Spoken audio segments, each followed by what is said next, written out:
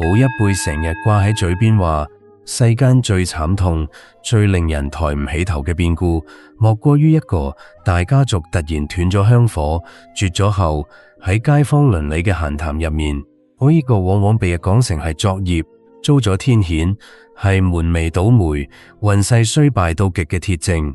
仿佛一個家族所有嘅榮光同希望都喺嗰一瞬間被連根拔起咁。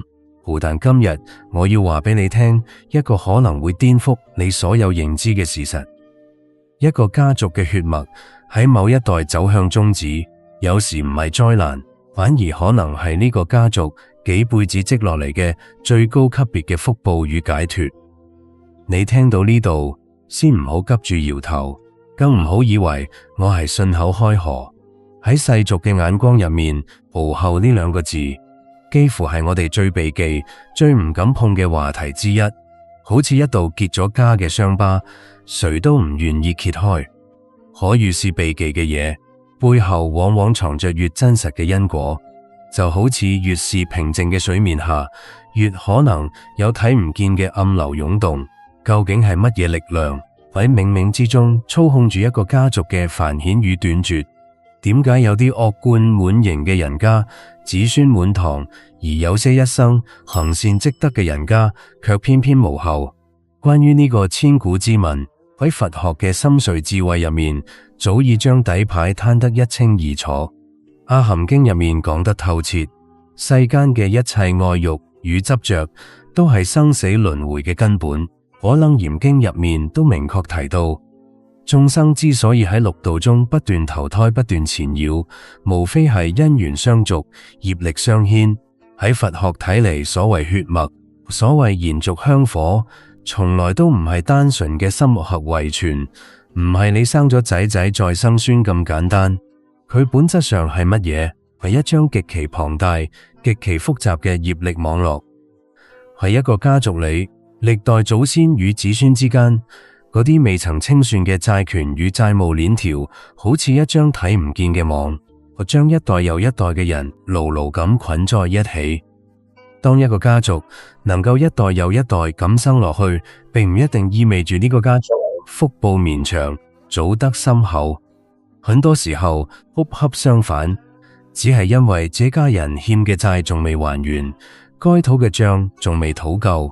所以呢股業力嘅繩索只能緊緊咁係在一起，拉住彼此喺苦海入面一次又一次咁投胎受苦，互相折磨，互相消耗，好似兩條被綁在一起嘅船，誰都離不開誰。反過嚟睇，當一個家族去到某一代突然間冇後代了，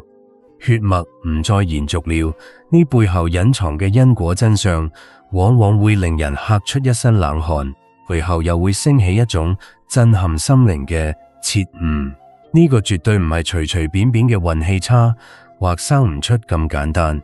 而係天地之間嗰股深沉嘅業力法則，為給呢個家族進行一次極其徹底嘅底層清算，好似一把掃帚將積攢咗幾代嘅灰塵一次過清掃乾淨。呢種清算究竟係善緣嘅圓滿，好定係惡業嘅終止？嗰個隱藏喺無後背後嘅終極真相到底係乜嘢？睇完今日嘅內容，各位心中自會有答案。如果你此刻也正處喺生命嘅轉折期，或者對家族嘅命運、個人嘅未來感到些許迷茫與焦慮，不妨喺評論區緩緩留下8個字：願業障消除，善緣廣結，為自己以為你的家族種下一顆清淨與智慧嘅善因。接下來我先講一段真實發生過卻鮮為人知嘅因果故事。我清末民初嗰陣喺江南水鄉烏鎮一帶，提起臨記報莊嘅林老爺，可以講係無人不知，無人不曉行喺街上，佢見着都要恭恭敬敬咁喊林老爺好。嗰種氣派、嗰種排場係鎮上幾多人一世都賺唔到嘅。可偏偏就係咁一位風光無限嘅江南大戶，心裏卻藏着一塊點都醫唔好嘅病根球子。古人講，不孝有三，無後為大。林家三代單傳到了林老爺呢度，簡直將延續香火當成了人生頭等大事，比生意比賺錢都重要10000倍。林老爺正妻娶咗20年，個肚硬係一啲動靜都冇，好似被啲乜嘢堵住咗一樣。為咗呢件心事，林老爺係立咗一房又一房嘅小妾，2姨太、3姨太、4姨太，一個一個咁往家裏抬。屋裏擺滿咗求子觀音，大大小小嘅佛像，擠滿咗成間佛堂。院子裏終年飄住中藥味，嗰陣苦澀嘅氣味滲入咗每一塊磚縫。唔單止咁，吳老爺為咗求一個仔，常年施捨窮人，鋪路建橋，修繕鎮上廟宇嘅菩薩金身，可以講係將能做嘅善事都做盡，該使嘅錢都冇慳過一分。講來也奇，就喺林老爺年過半百，幾乎快要絕望嘅嗰一年，年僅19歲嘅4姨太個肚環真係一日一日咁脹起嚟，好似春天裏突然綻開嘅花苞。10月懷胎，一朝分娩嗰一晚，林家上上下下燈火通明，下人們出出入入腳步急促，終於迎來咗一個大肥仔。林老爺喜極而泣，渾濁嘅淚水順咗臉上嘅皺紋淌落嚟，當場就上咗全府上下3個月嘅工錢，仲喺鎮上連擺咗7日7夜嘅流水席，恨唔得讓全天下都知，佢林家終於有後嗰份喜悅，幾乎係癲狂嘅。但就喺全鎮人都沉浸喺呢場喜慶入面時，一件令人百思不得其解嘅怪事，卻喺林家大宅入面悄然發生啦。林家後院有一口百年古井，井水向來甘甜無比，唔單止供全府上下飲用，連鎮上茶館都專登嚟打水泡茶，話係呢啲水泡出嚟嘅茶特別清甜。可講來詭異，就喺林家小少爺出世嗰晚，嗰口井嘅甜水一夜之間變得無比苦澀，根本無法入口，好似被啲乜嘢從底下攪勻咗。更令人心裏發毛嘅係，呢位好不容易求嚟嘅林小少爺，由細就透住一股難以言喻嘅古怪。呢個仔生得眉清目秀，好極具靈氣，一雙眼又黑又亮。可佢卻從不像尋常人家嘅細路那樣哭鬧嬉戲、撒嬌撒賴，仿佛天生就對呢個世界帶着一種疏遠嘅打量。按理話，富貴人家嘅獨生子，邊個唔係嬌生慣養、被捧在手心嘅？可呢位林小少爺對金條玉佩、絲綢呢啲頂級富貴物件，連睇都懶得睇一眼，仿佛嗰啲嘢喺佢眼中同路邊嘅石頭冇分別。佢唯一感興趣嘅係林家後院地窖入面嘅一間舊書房。嗰間書房係林家初代老祖宗留落嚟嘅，平時堆滿雜物，落滿灰塵，光線昏暗，連下人都懶得入去打掃。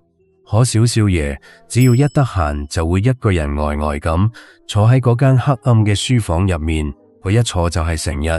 邊個叫都唔應，仿佛嗰間屋入面有啲乜嘢，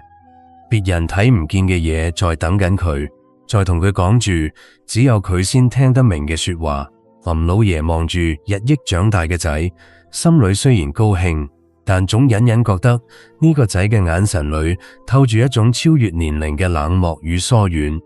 嗰種眼光唔似一個細路睇老豆嘅樣，佢望住林老爺，望住滿堂嘅家產，嗰種眼神唔似睇自己嘅老豆，都唔似睇自己嘅家業，倒似一個路過嘅客人，靜靜咁睇住一場同自己無關嘅戲，嘴角偶爾還會浮起一絲難以察覺嘅苦笑。林老爺邊度知道呢個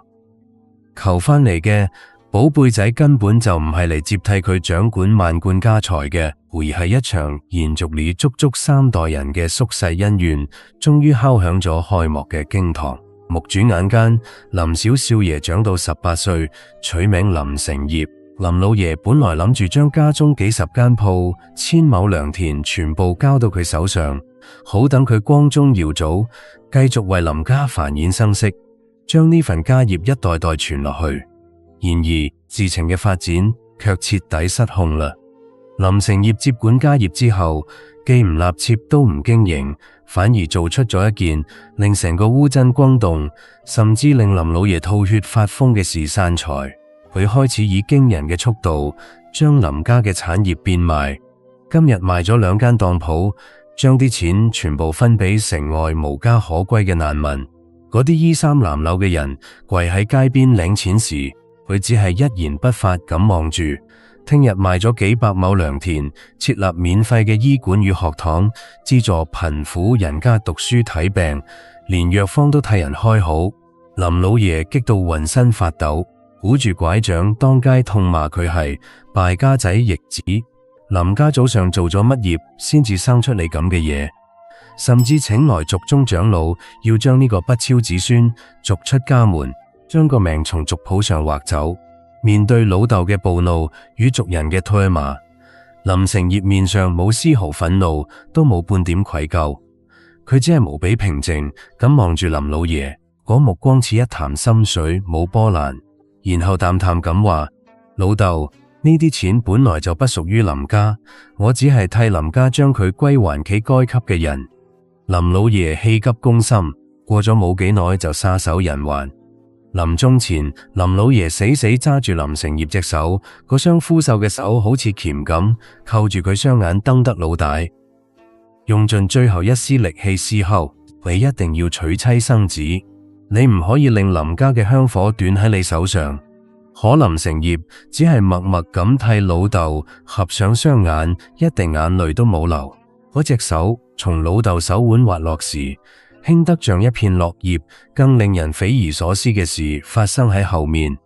林老爺辦完喪事之後，林成業加快咗散財嘅速度，仿佛在趕一場唔知終點喺邊度嘅路。短短幾年間，曾經富甲一方嘅江南林記，布莊房屋變賣，田產散盡，偌大嘅林家大宅只剩低嗰間落滿灰塵嘅舊書房，好似一座被掏空嘅空殼。更令全鎮人唏噓不已嘅係，林成業終生未娶，甚至連一個侍婢都冇留。嗰條血脈喺佢呢度乾脆利落咁畫上咗句號。佢就咁孤身一人住在空無一物嘅林家老宅入面，每日食齋念佛、誦經打坐、粗茶淡飯，與青燈古佛為伴。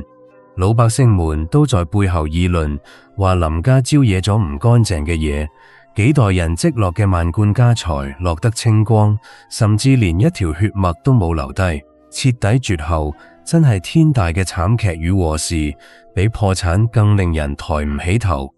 直到一個風雪交加嘅冬夜，一位雲遊至此嘅隨緣老和尚叩響咗林家老宅嗰扇破舊嘅大門。老和尚身上落滿白雪，眉毛上都結咗冰晶，好似行咗好遠好遠嘅路。林成業似乎早料到有人會嚟，緩緩睜開眼，補咗一碗粗茶遞過去。茶碗喺燭火下冒着淡淡嘅白氣。老和尚接過茶，呷咗一口，嘆道：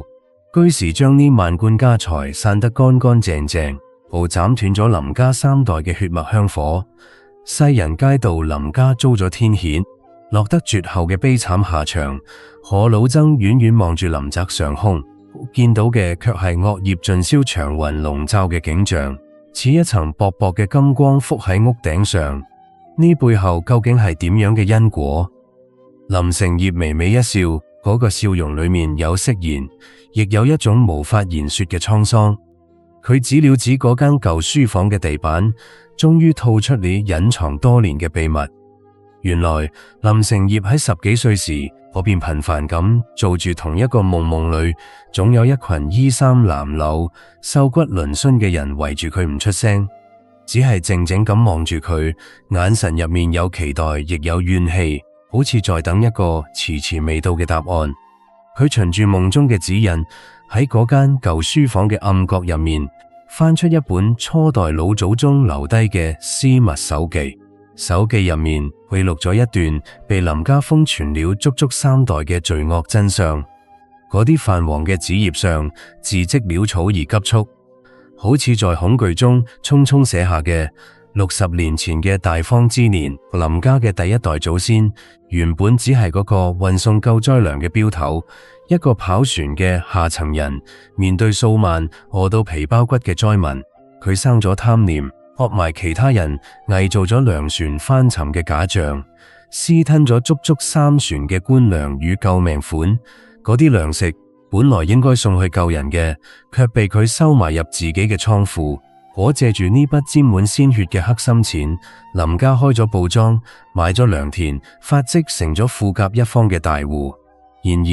嗰場大荒災入面，成千上萬無辜嘅百姓因為冇呢批救命糧，慘死喺街頭溝渠之中。有啲人死時手裏仲揸住個空嘅爛碗。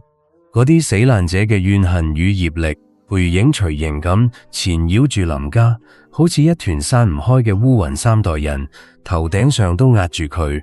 林家睇落風光，實則前2代人終生都在忍受住精神上嘅煎熬與各種怪病，夜裏成日被噩夢驚醒，而且每一代都極難得止，仿佛有啲乜嘢在暗中阻撓住血脈嘅延續。林老爺以為自己開竹棚修廟宇係積德行善，可佢使出去嘅每一分錢根子上都係當年災民嘅血汗錢，就好似攞偷嚟嘅嘢去施捨，終究係竹籃打水。佢求子嘅執念越深，吸引嚟嘅業力就越重，像向火堆入面添柴，燒得越旺，灰燼越多。而林成業正係當年被餓死嘅災民首領轉世投胎而嚟，佢唔係嚟享受富貴嘅，都唔係嚟敗家嘅，佢係帶着清算業力嘅誓願而嚟，我帶着嗰無數雙死前未能合上嘅眼睛嘅目光。我降生之日，井水變苦，嗰係萬千冤魂嘅眼淚。佢哋喺井底積咗60年，終於等到咗能聽見嘅人。我唔愛金銀，係因為我知呢啲嘢上面沾滿血淚，每一塊銀紙都浸過別人嘅哭聲。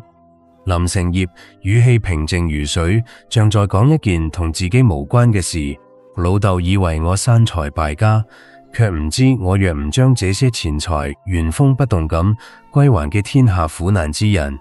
林家3代人死後都將墮入無間地獄，永世不得超生。我生嘅唔係財係債。老和尚聽到呢度，合掌長嘆：善哉善哉！世人只睇到林家香火斷絕，無後可傳，以為係大空之兆，卻唔知係你用呢一世嘅孤寂與清修，徹底還清咗林家欠落嘅滔天血債。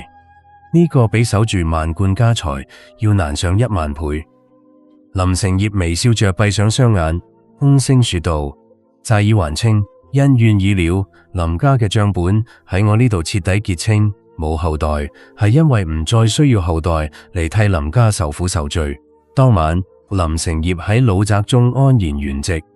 佢走嘅時候面容安詳，嘴角帶着一絲解脫嘅微笑，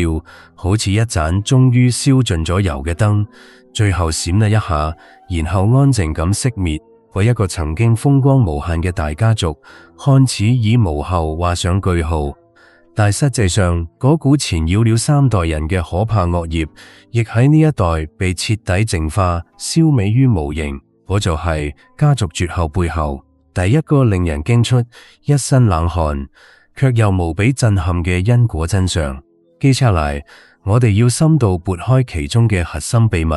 一個家族嘅血脈究竟為什麼會中斷？所謂嘅無後喺佛學與生命哲學嘅底層邏輯入面，到底意味住乜嘢？其實佛陀在2000幾年前就已經講透咗世間父母與子女嘅真相。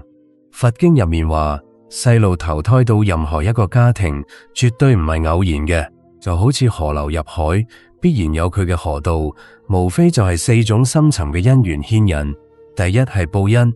第二係報怨，第3係討債，第4係還債。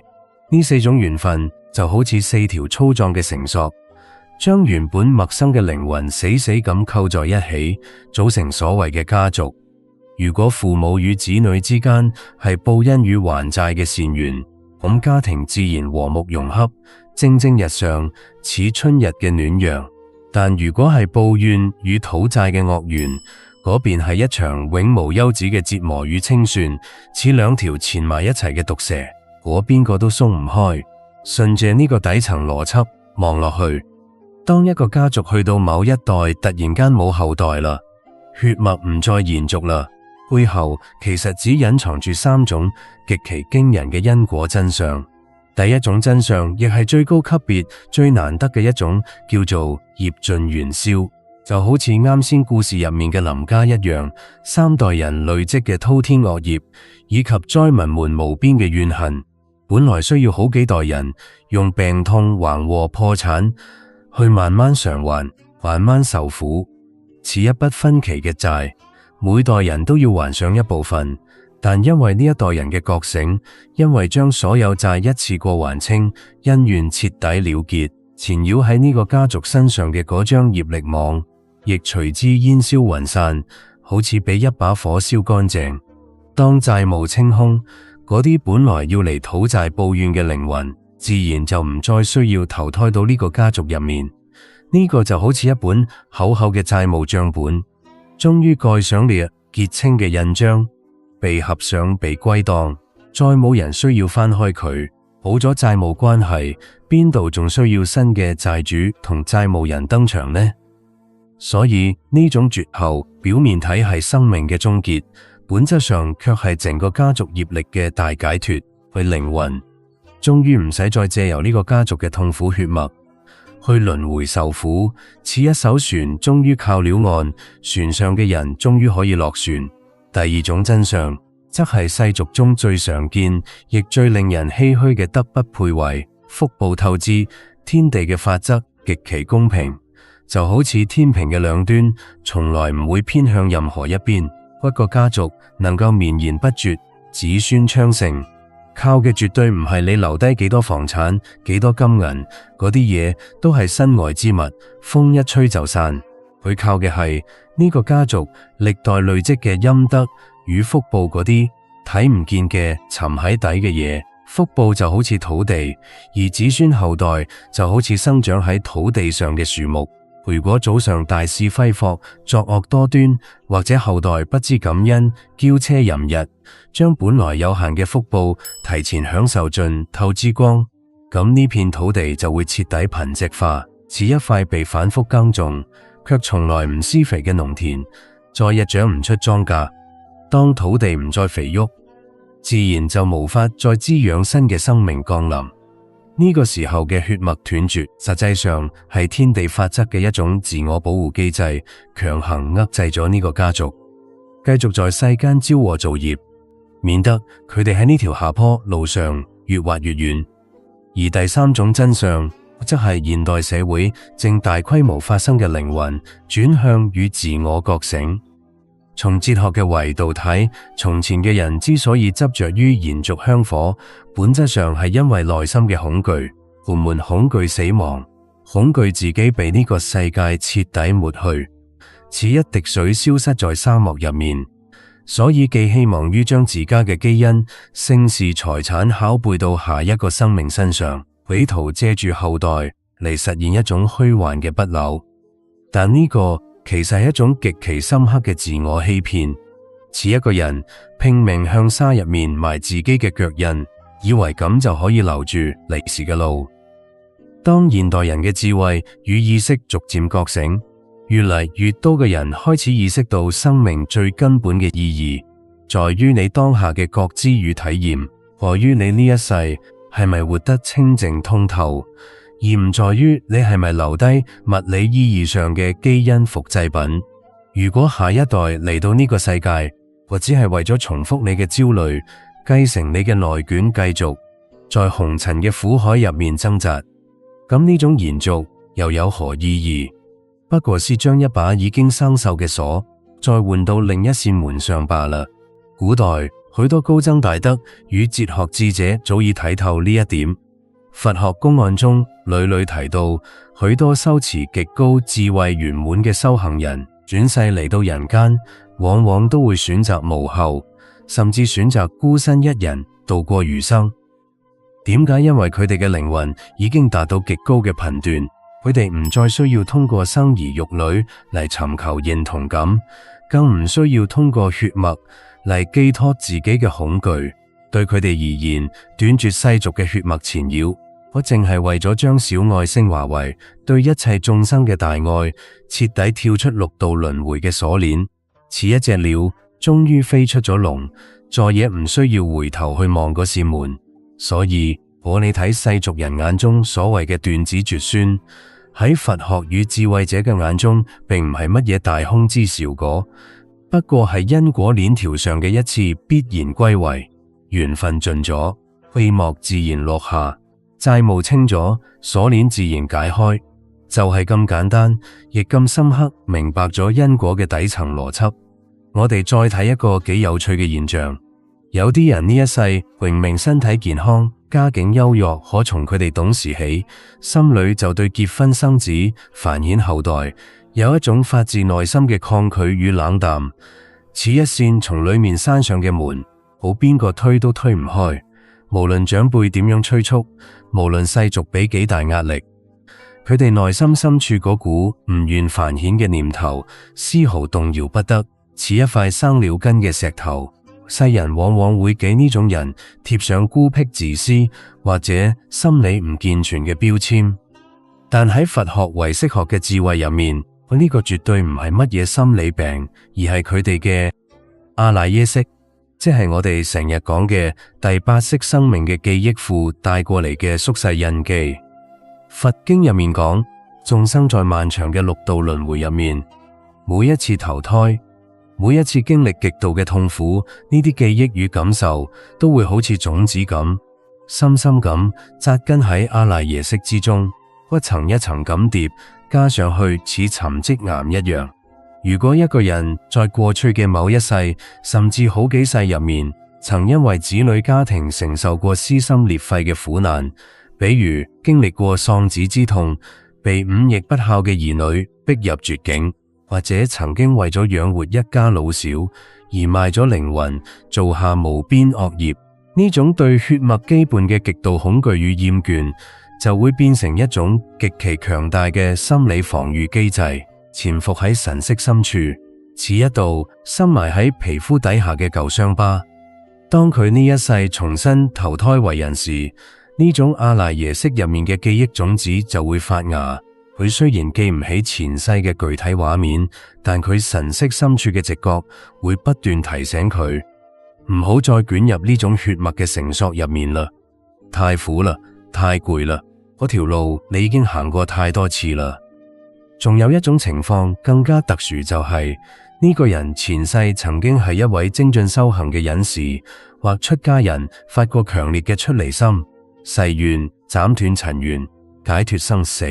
當呢種神識再次嚟到人間，佢天生就帶有對世俗慾望嘅厭離感，對繁衍後代天然咁提唔起興趣，似一棵樹天生向住光生。呢個邊度係所謂嘅不孝？呢個分明係人哋嘅靈魂，呢一世要繼續完成未竟嘅修行與解脫之旅啊！其次，我哋再睇另一個極具警示意義嘅反向因果。如果一個家族本身緣分已盡，但父母卻因為執念，通過各種極端方法強求香火，最終會發生乜嘢？喺生活中，我哋成日可以見到呢種悲劇，好啲家庭明明多年冇仔，呢個本係天地在提醒佢哋因緣已盡，應當放下執念，多做善事，修養身心，將能量用喺更清淨嘅方向上。可佢哋偏偏唔信邪，為咗求一個仔，周圍揾偏方、算命、挑大神，甚至動用一啲傷天害理、損陰德嘅邪門歪道，或者用極度嘅怨氣同執念向天地討要。一個細路似喺沙漠入面硬要挖出一口井嚟，結果呢，往往係強求嚟嘅細路出世咗，卻帶俾呢個家庭毀滅性嘅災難，似一顆包住糖衣嘅苦果。入口甜，吞落去卻燒穿五臟六腑。有一句話係咁講嘅：執念所致，惡業隨之。當你用極度嘅貪婪、怨恨同強求嘅心態去求子時，你身上散發出嚟嘅氣場係極其陰暗同混亂嘅，似一團攪唔動嘅水。我呢種氣場吸引唔到嚟報恩還債嘅善緣靈魂，佢多半會精準咁吸引嚟惡緣，因為只有嗰種能量先至同你嘅頻率相配。呢啲細路出世之後，要麼天生重病，耗盡家財，要麼性格乖張暴戾，忤逆父母，甚至將父母逼上絕路嘅比比皆是，似一把借翻嚟嘅刀，最後捅翻去出借人自己身上。我呢個難道唔係最大嘅諷刺咩？你拼死拼活強求嚟嘅所謂香火，最終卻成了親手點燃燒毀你整個家族嘅熊熊烈火。我呢個正係佛學入面講嘅求不得，苦越是強求，越是陷喺執念嘅沼澤入面無法自拔，越是掙扎陷得越深。仲有一個問題，可能有啲善信會問，如果我冇後，死後冇後代俾我燒香祭拜，我係咪就會變成冇人管嘅孤魂野鬼，喺陰間受盡屈辱同折磨？請大家將呢句話記喺心裏，刻喺骨入面。我呢個完全係千百年來世俗觀念編造出嚟嘅荒謬謊言，似一層又一層嘅蜘蛛網，蒙住咗太多人嘅眼。喺原始嘅佛學智慧面前，生命嘅去向同靈魂嘅歸宿，從來就唔取決於有冇人喺陽間俾你燒幾張紙錢，擺幾碟凍餸，更唔取決於有冇後代喺你墳前叩頭喊。嗰啲紙灰飄起嚟嘅時候，唔會改變任何事嘅走向。真正決定你死後去向嘅，只有你自己呢一生所做嘅業力，與你臨終時嘅嗰一念。地藏菩薩本願經入面講得明明白白，一個人死後係升天投胎為人，定係墮入地獄惡鬼畜生三惡道，全憑佢生前嘅善惡業報。似一面鏡，如實映照出你嘅本來面目。如果你一生行善積德，光明磊落，心中充滿慈悲與智慧，咁你命終之後，自然會有清淨嘅光明引導你往生善道，甚至往生淨土。嗰一束光唔需要任何人替你點燃佢，來自你自己嘅心，邊度需要靠後代嗰啲紙錢嚟救贖？紙錢燒得再多，也燃唔起一分真正嘅光明。如果你一生作惡多端，損人利己，就算你子孫滿堂，每日有成千上萬人俾你燒紙錢做法事，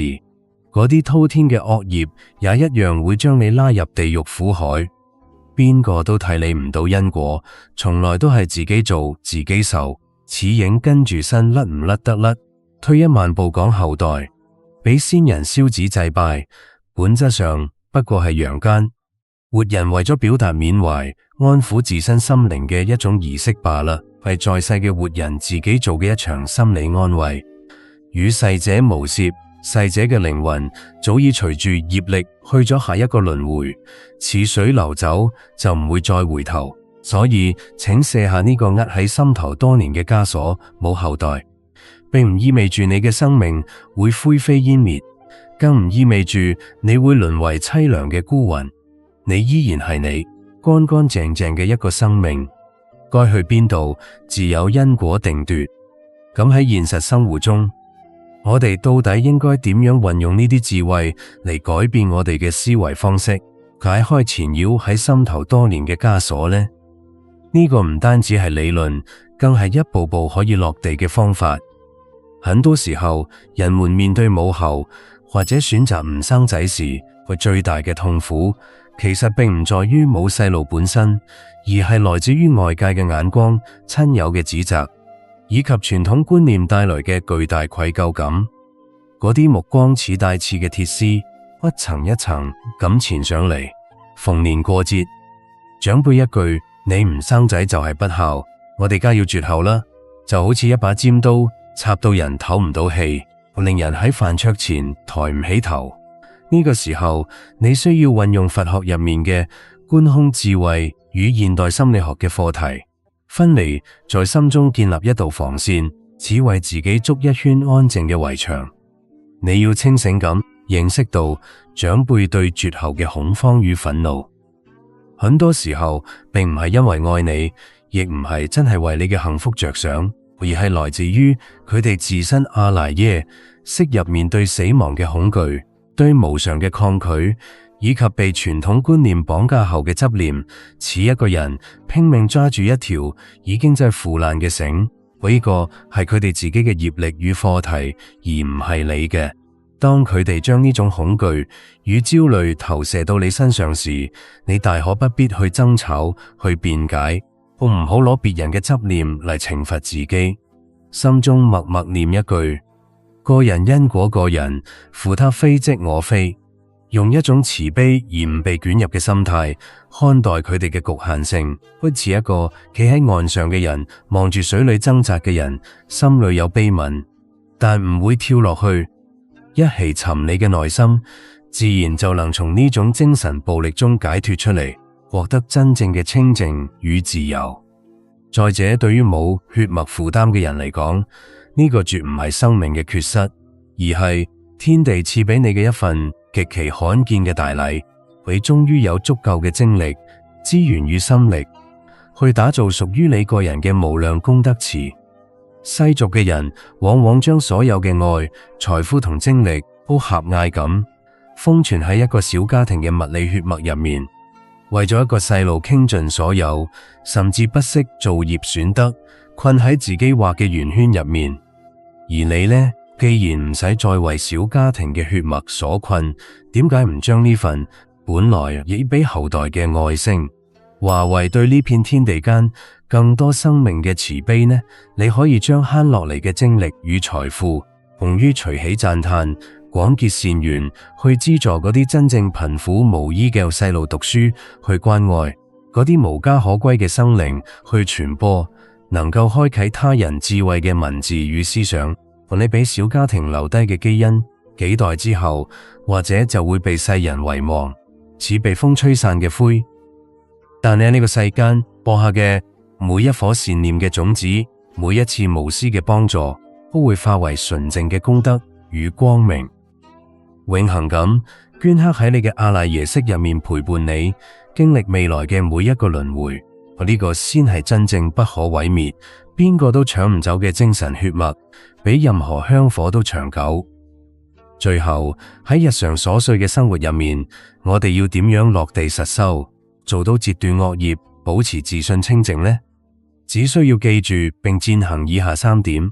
第一，嚴守口業，絕不評判他人嘅因果。由而家開始，無論睇到別人係子孫滿堂，定係獨身母後，都唔好用世俗嘅眼光去妄加評判或議論，唔好急住落